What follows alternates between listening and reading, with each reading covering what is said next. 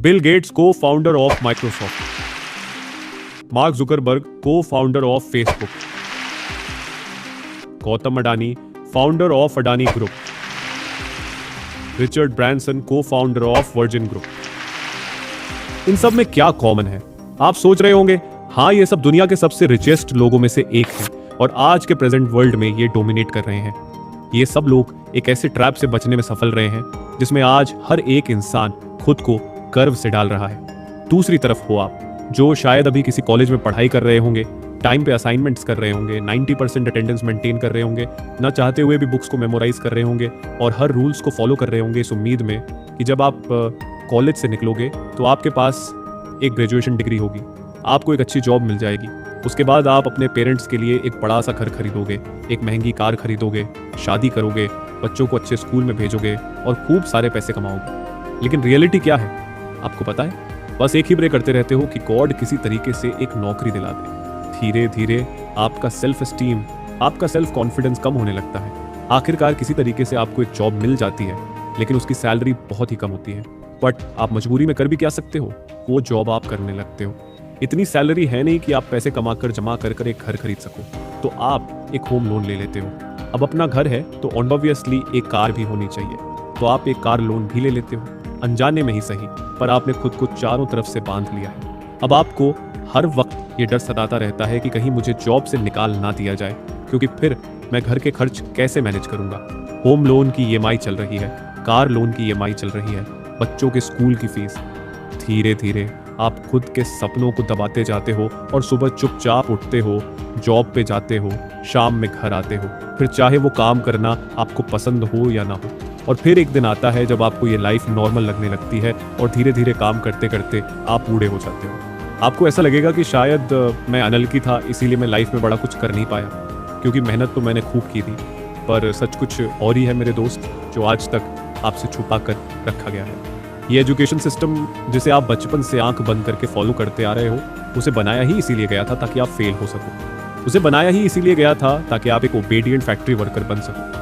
आपको लग रहा होगा मैं कुछ भी बोल रहा हूँ, but I promise, just give me few minutes और उसके बाद आपको यह पूरा का पूरा ट्रैप खुद अच्छे से समझ आ जाएगा। धीरूभाई अंबानी, विराट कोहली, आमिर खान, नरेंद्र मोदी, ये सब हमारे इस करंट एजुकेशन सिस्टम के ट्रैप में नहीं फंसे। ये सब अपने अपने क्षेत्र में ऊंचाइयों पर पहुंचे बिना इस परंपरागत शिक्षा प्रणाली के जाल में फंसे।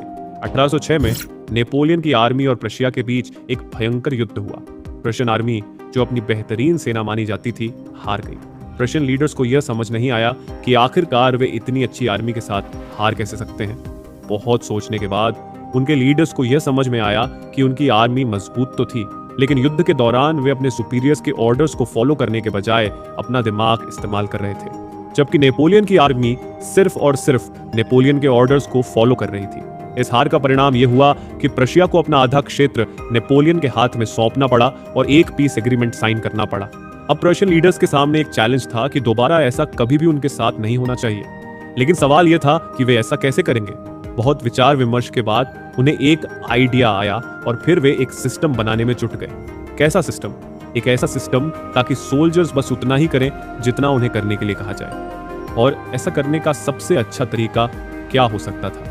उन दिमागों को कंट्रोल करना जो अभी खुद से सोचने के काबिल नहीं थे, जिन्हें सही और गलत के बारे में पता नहीं था। इस तरह से प्रशियन एजुकेशन सिस्टम का जन्म हुआ। 5 साल से लेकर 13 साल तक की उम्र के बच्चों के लिए यह एजुकेशन सिस्टम अनिवार्य कर दिया गया। 1760 से 1840 के बीच इंडस्ट्रियल रिवॉल्यूशन अपने चरम पर था। फैक्ट्रीज को वर्कर्स की जरूरत थी।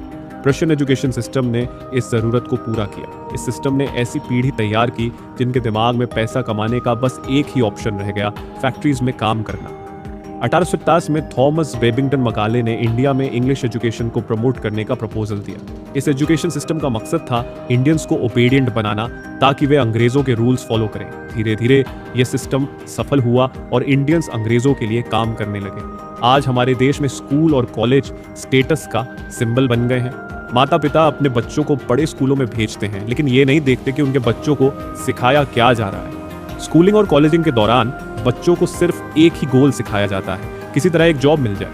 आज हमारे देश में 50% युवा बेरोजगार हैं। ग्रेजुएट्स की संख्या बढ़ रही है, लेकिन नौकरियों की कमी है। और जो नौकरियां मिलती हैं उनकी सैलरी इतनी कम होती है कि एक ट्रक ड्राइवर अमेरिका में उनसे ज्यादा कमाता है। तो इस समस्या का समाधान क्या है? क्या हमें स्कूल और कॉलेज छोड़ देना चाहिए? नहीं, हमें सिर्फ एक सिंपल क्वेश्चन पूछने की जरूरत है, इस सिस्टम को किसने बनाया और क्यों?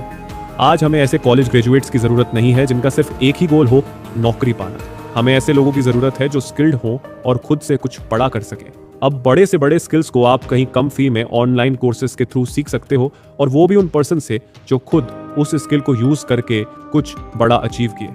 आज हमारे पास ढेरों ऑनलाइन प्लेटफॉर्म्स हैं जहां से हम नई स्किल्स सीख सकते हैं। हमें इन विकल्पों को एक्सप्लोर करना चाहिए और अपने लिए एक नया रास्ता तैयार करना चाहिए। अगर आप पेरेंट्स हैं तो अपने बच्चे को स्कूल भेजें, कॉलेज भेजें, बट मार्कशीट को उतना इंपॉर्टेंस ना दें। उन्हें एक्सपोजर दें, उन्हें बताएं कि इस दुनिया में करने के लिए बहुत कुछ है। सिर्फ मैथ्स, केमिस्ट्री, फिजिक्स यही दुनिया नहीं है, इसके अलावा भी बहुत कुछ है। अपने बच्चे को अलग अलग चीजों को एक्सप्लोर करने के लिए मोटिवेट करें। अगर मार्क्स कम आते हैं कोई बात नहीं, हो सकता है वो कोई स्किल सीख रहा हो जहां पे वो इससे कहीं ज्यादा अच्छा परफॉर्म कर रहा हो। आज हम जेई के लिए, नीट के लिए, गेट के लिए 1 ईयर ड्रॉप, 2 ईयर ड्रॉप लेते हैं।